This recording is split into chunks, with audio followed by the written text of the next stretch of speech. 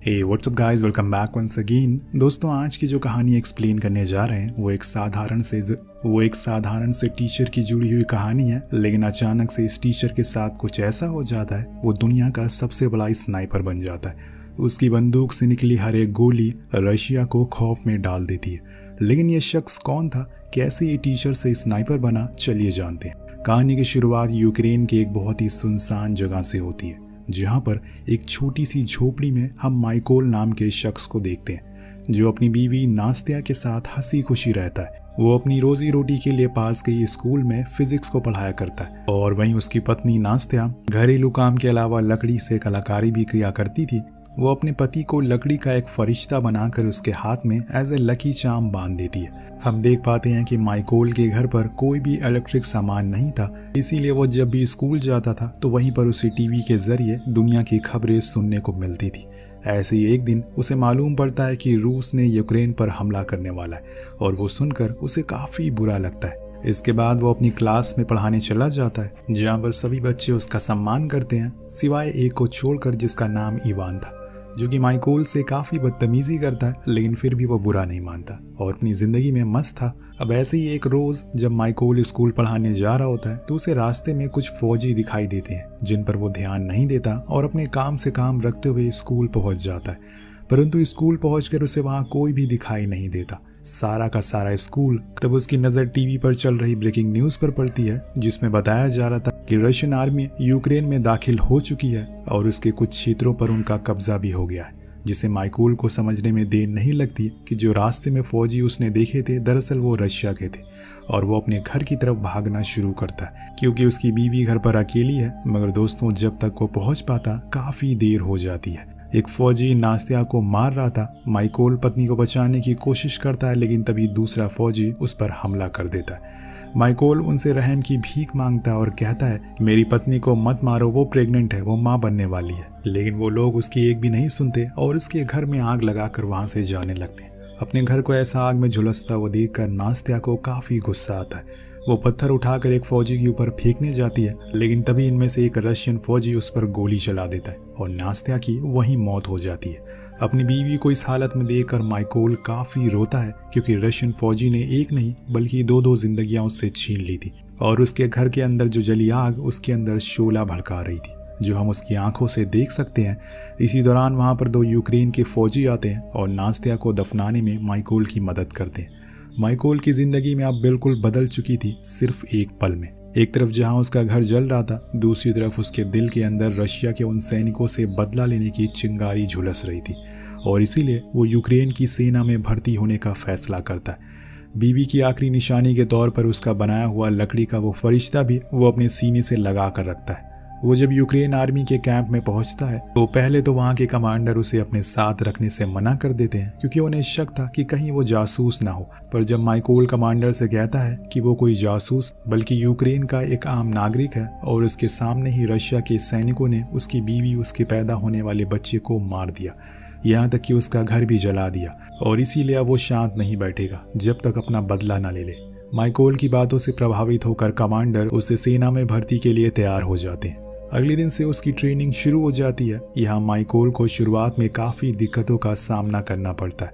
उसे बंदूकों की कोई नॉलेज नहीं थी, जहाँ सभी लोग गन को असेंबल करने में सिर्फ 2 से 3 मिनट लगाते थे, और वो ये काम 10 मिनट में भी नहीं कर पा रहा था, जिसके चलते सभी लोग उस पर काफ़ी हंसते हैं। लेकिन माइकोल कहाँ हार मानने वाला था। वो ट्रेनिंग में अपनी जान लगा देता है और गन को असेंबल करने में दिन रात एक कर देता है। और एक दिन माइकोल का कमांडर सभी को बताता है, हमारे ग्रुप में स्नाइपर की संख्या काफ़ी कम है और हमें इस नंबर को बढ़ाना होगा ताकि हम रशियन का मुकाबला कर सकें।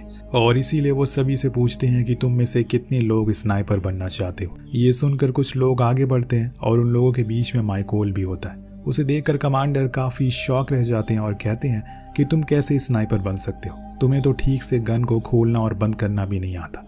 जिसके जवाब में माइकोल उनसे कहता है कि मुझे खुद को साबित करने के लिए सिर्फ एक मौका दीजिए, मैं पूरी बंदूक को 20 सेकंड में ही खोलकर असेंबल कर सकता हूँ।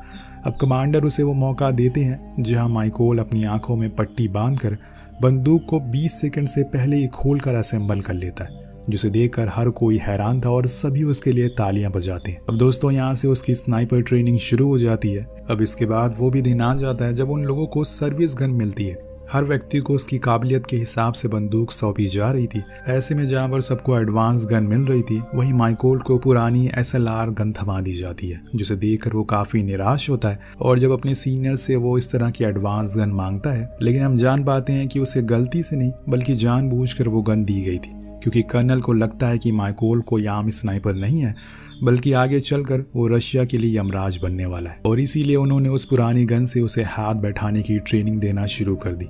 पहले तो माइकोल को ये गन चलाने में बहुत तकलीफ होती है, लेकिन धीरे धीरे जैसे जैसे उसकी खासियत को समझने लगा, वो SLR गन का दीवाना हो जाता है।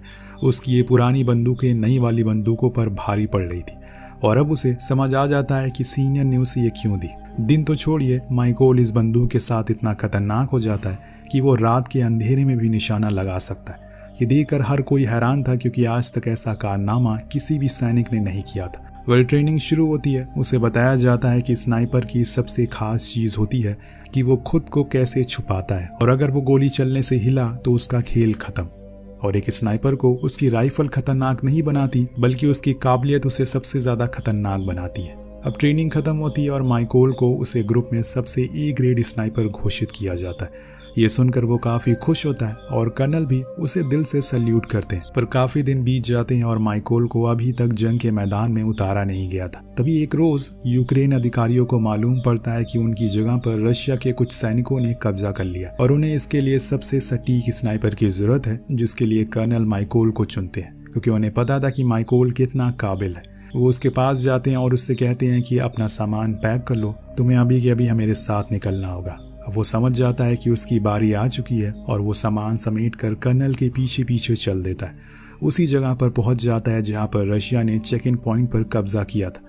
सभी को एक एक टारगेट दिया जाता है और वो अपनी अपनी पोजीशन पर बैठकर निशाना साध लेते हैं। पर जैसे ही दुश्मन पर हमला करने वाले थे, तभी चेक पॉइंट के पास एक गाड़ी गुजरती है जो किसी सिविलियन की लग रही थी, और इसीलिए कर्नल सबको गोली चलाने से मना करते हैं, क्योंकि वो नहीं चाहते कि उनके रहते हुए किसी आम इंसान की जान जाए। इसी दौरान रूस के सुरक्षाकर्मी गाड़ी को रोक लेते हैं और हम देखते हैं कि गाड़ी में कपल बैठा था।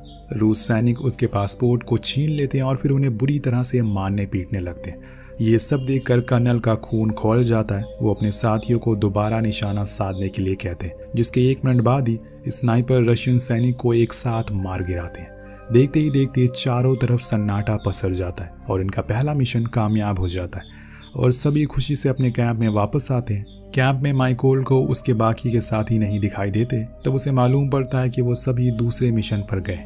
माइकोल उनका बेसब्री से इंतजार करने लगता है ताकि वो उन्हें आज के बारे में सब कुछ बता सके। वहीं उसे रूस के एक खतरनाक स्नाइपर के बारे में पता चलता है जो कि उसके आधे से ज्यादा सैनिकों की जान ले चुका है। इस स्नाइपर का इतना खौफ था कि हर यूक्रेनियन सैनिक रूस के बॉर्डर पर जाने से डरता है। इसके बाद उसे एक दूसरे मिशन के लिए भेजा जाता है जहां पर रशियन आर्मी कब्जा करने वाली थी। यहाँ माइकोल अपने साथियों के साथ मिलकर डायनामाइट लगा देता है और फिर एक खूंखार शिकारी की तरह घास में छुपकर रशियन आर्मी का इंतजार करने लगता है। थोड़ी देर बाद दुश्मन वहां पहुंच जाते हैं, लेकिन यहाँ उन रशियन फौजी के बीच में उसे अपना एक स्टूडेंट इवान दिखता है, जिसे देखकर वो पूरी तरह से चौंक जाता है। उसे विश्वास ही नहीं हो रहा था कि उसका पढ़ाया हुआ बच्चा आखिर इस राह में कैसे निकल गया। परंतु दोस्तों, दुश्मन तो आखिर दुश्मन ही होता है, फिर चाहे वो किसी भी भेष में क्यों ना हो। इसीलिए अपने सभी जज्बातों को किनारे करके माइकोल कर्नल के आदेश पर गोली चला देता है, जो सीधा जाकर बिछाए हुए डायनामाइट पर लगती है और एक तेज धमाका होता है और उसके साथ शैतान स्टूडेंट इवान के साथ सभी रशियन सैनिक मारे जाते हैं। हालांकि अपने स्टूडेंट के मरने पर उसे काफी गम था और कर्नल ये बात अच्छे से समझ रहे थे। ऐसे में वो माइकोल को दिलासा देते हुए समझाते हैं कि इसमें तुम्हारी कोई गलती नहीं है, ये फैसला, और उसे अच्छे से पता था कि इसका अंजाम आखिर में क्या होगा। इसके बाद वो सभी अपने कैंप में वापस लौट जाते हैं। माइकोल जिस तरह अपनी जिंदगी में अकेला था, ठीक वैसे ही कर्नल भी था। दोनों अपना ज्यादातर समय एक साथ गुजारा करते थे। उनकी अच्छी बनने लगी थी। अब यहाँ कर्नल माइकोल को बताते हैं कि उसका एक छोटा सा परिवार है, उसकी 2 बेटियां भी हैं, लेकिन उसकी बेटियों को बिल्कुल भी पता नहीं है कि वो आर्मी में कर्नल है, और ना ही उनकी पत्नी ने ये सब बातें उसकी बेटियों को बताई है। उल्टा वो तो उसे ये बोल कर आया है कि वो एक बिजनेस मीटिंग पर जा रहा है। अब यहाँ कर्नल के साथ माइकोल भी भावनाओं में बह जाता है और उन्हें अपनी पत्नी नास्तिया के द्वारा दिया गया वो लकड़ी का फरिश्ता दिखाकर बताता है कि उसकी बीवी की आखिरी निशानी है ये, जिसे वो हमेशा अपने सीने से लगा कर रखता। कुछ दिनों बाद माइकोल को एक और मिशन के लिए ले जाया जाता है, जहां पर आज उसका सामना उसी खतरनाक स्नाइपर से होने वाला था जिसने यूक्रेन के सैनिकों की नाक में दम करके रखा है। वहां पहुंचकर वो सभी पहले एक गहरी खाई खोदने लगते हैं और उसमें वो सभी अपनी अपनी पोजीशन ले लेते हैं। उन्हें मालूम पड़ा था कि इस जगह पर रशिया के फौजी कब्जा करने वाले, जिसके कारण वो किसी तरह से उन्हें ये पॉइंट आज़ाद करवाना था। अब कर्नल भी माइकोल के साथ ही पोजीशन ले लेते हैं और सैनिकों का इंतजार करने लगते। इसी दौरान माइकोल को पेड़ की छांव में मजे ले रहा एक सैनिक दिखाई देता है, जो कोई और नहीं बल्कि वही रशियन फौजी था जिसने उसकी बीवी की जान ली थी। जिसे देखकर माइकोल सीधा उस पर निशाना साध देता है और कर्नल से फायर करने की परमिशन मांगता है, लेकिन कर्नल उसे सब्र रखने के लिए कहते हैं। परंतु आखिर माइकोल शांत रहे भी तो कैसे, उसने आर्मी ज्वाइन करी है अपनी बीवी की हत्यारे को मारने के लिए। बस फिर क्या था, माइकोल का सब्र का बांध टूट जाता है और वो गोली चला देता है जो सीधा जाकर उसी फौजी को लगती है और वो वहीं ज़मीन पर गिर जाता है। अब माइकोल ने बदला तो ले लिया था, लेकिन इससे उनकी पोजीशन दुश्मनों को पता चल जाती है, जिसका खामियाजा बेचारे कर्नल को भुगतना पड़ता है। वो खतरनाक रशियन स्नाइपर कर्नल को मार देता है, साथ ही रशियन फौजी उन पर गोलीबारी करने लगते हैं। यहाँ कर्नल की ऐसी हालत देखकर माइकोल पूरी तरह टूट जाता है और वो कर्नल की बॉडी को किसी तरह कैंप में लाता है, जहाँ उसे देखकर उसे काफ़ी अफसोस होता है क्योंकि उसकी गलती की वजह से कर्नल इस दुनिया में नहीं रहे। तो उसने अपने बदले के चक्कर में कर्नल के हंसते खेलते परिवार को उजाड़ दिया, जिस कारण वो चाहकर भी अपने आप को कभी माफ़ नहीं कर पाएगा, जिसे माइकोल को हमेशा इस बात का अफसोस रहेगा। और वो उसी पल ये कसम खाता है कि चाहे कुछ भी हो जाए वो उस रशियन स्नाइपर को ढूंढ कर मार कर ही रहेगा। इससे कुछ दिनों बाद यूक्रेन अधिकारियों को पता चलता है कि एक पुरानी फैक्ट्री पर कुछ रशियन फौजियों ने कब्जा कर रखा है और ये खबर सुनते ही माइकोल बिना अपनी जान की परवाह किए सभी साथियों के साथ वहां पर निकल जाता है। यहाँ कूड़े कचरे के ढेर में माइकोल फैक्ट्री के अंदर बैठे स्नाइपर को ऑब्जर्व करने लगता है, लेकिन ये जगह इतनी समतल होती है कि सामने वाले छोर से दुश्मन उन्हें आसानी से देख सकते और इसी की वजह से रशियन स्नाइपर माइकोल के एक साथी को मार गिराता है। यहाँ तक कि वो दूसरी गोली माइकोल पर भी चलाता है, लेकिन तब तक माइकोल भी उस पर वार कर चुका था, जिससे उसके हाथों में गोली लगती है, लेकिन वो स्नाइपर मारा जाता है। अब यहाँ उसने अपना मिशन पूरा कर लिया था और उसकी काबिलियत की हर तरफ तारीफ होती है। वो हर जगह फेमस हो गया था। उधर गोली लगने की वजह से उसे घाव हो चुका था, जिसकी वजह से वो एक खुफिया जगह पर कुछ मरहम पट्टी करता है और अपने घाव के ठीक होने का इंतजार करने लगता है। तभी एक अधिकारी का उसके पास फोन आता है और वो उसे बताता है कि उन्हें वो स्नाइपर का पता चल चुका है जिसने कर्नल के साथ साथ न जाने कितने यूक्रेन सैनिकों को मारा था और उसे सारा काम धाम छोड़कर जल्दी से बेस पर बुलाया जाता है। कर्नल के हथियारों को मारने के लिए बेसब्री से इंतजार कर रहा माइकोल सब कुछ छोड़ छाड़ के तुरंत बेस की तरफ जाता है, जहां पर सभी सैनिकों को एक खास कमरे में एक खतरनाक स्नाइपर के बारे में बताया जाता है। उसका नाम था एडम। वो स्नाइपर दुनिया के सबसे खतरनाक स्नाइपर में से एक था, जिसका निशाना आज तक कभी नहीं चूका। गजब बात तो ये है कि वो यूक्रेन के सैनिकों को मारकर उनकी वीडियोस बनाकर वायरल करता है ताकि यूक्रेनियन आर्मी का मनोबल टूट सके। और उसने कैप्टन की भी वीडियो बनाई थी। एडम के इंटरनेट पर एक वीडियो डालने की वजह से ही उसका लोकेशन उन्हें पता चला था।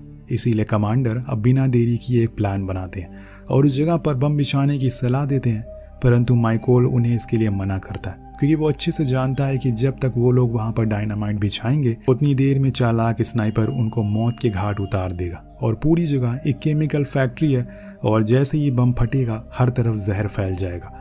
इसीलिए वो सबसे पहले 2 टुकड़ों में बढ़ जाएंगे, जिनमें से एक टुकड़ी उन रशियन स्नाइपर के सामने से अटैक करेगी जिससे उनका ध्यान भटक जाएगा और फिर दूसरी टुकड़ी बिल्डिंग के नीचे मौजूद सैनिकों को मारकर रास्ता साफ करेगी। जिसके बाद माइकोल इसके बाद सभी रात होने का इंतजार करते हैं और अंधेरा होते ही अपनी पोजीशन ले लेते हैं।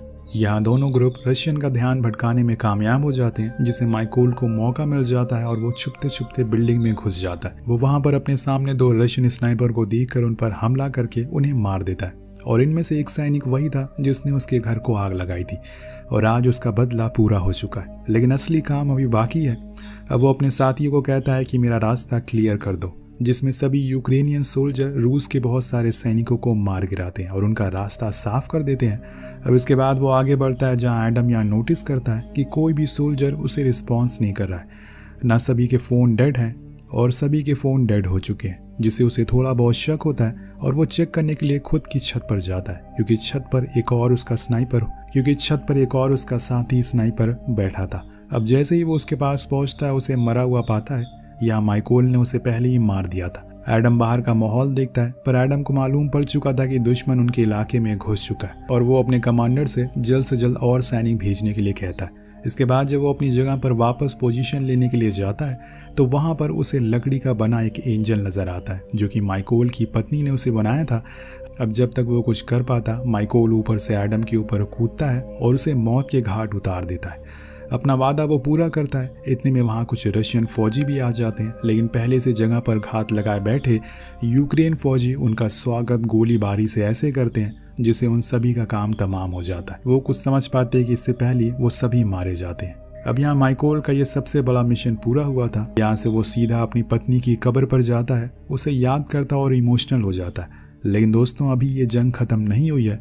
इसके बाद हमें कुछ दिनों बाद एक और दृश्य दिखाया जाता है जहाँ पर माइकोल बर्फीली पहाड़ियों के बीचों बीच में वतन की रक्षा के लिए चट्टान की तरह खड़ा है और जब तक जंग खत्म नहीं होगी वो लड़ता रहेगा। या तो ये जंग खत्म होगी या वो खुद, और अब उसके रास्ते में कोई नहीं आ सकता। इसी जज्बे के साथ ये कहानी यहीं खत्म हो जाती है। वेल, आपको कहानी कैसी लगी नीचे कमेंट करके ज़रूर बताएगा। मिलते हैं अगली वीडियो में। Peace out.